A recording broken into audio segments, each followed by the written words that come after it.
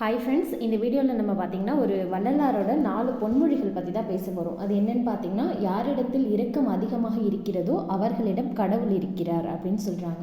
இப்போ நம்ம யாரையாவது ஒருத்தரை பார்க்கும்போது அவங்க இப்போது சாப்பாடு இல்லாமல் கஷ்டப்படுறாங்க அப்படின்னா, நம்மளால் முடிஞ்சது அவங்களுக்கு ஒரு வேளை சாப்பாடு வாங்கி கொடுக்குறோம் அப்படின்னா நம்ம கடவுளுக்கு நிகராக நம்ம மதிக்கப்படுறோம் அப்படிங்கிறது தான் இந்த பொன்மொழியோட அர்த்தம்.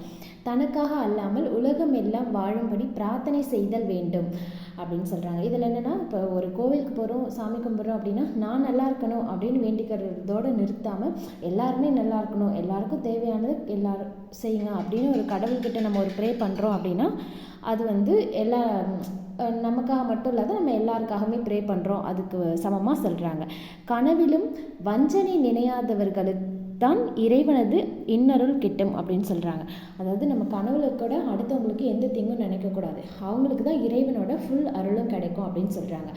கடுமையான நோன்பு இருப்பதை காட்டிலும் உயிர்களை கொல்லா விரதம் இருப்பது சிறந்தது அப்படின்னு சொல்கிறாங்க.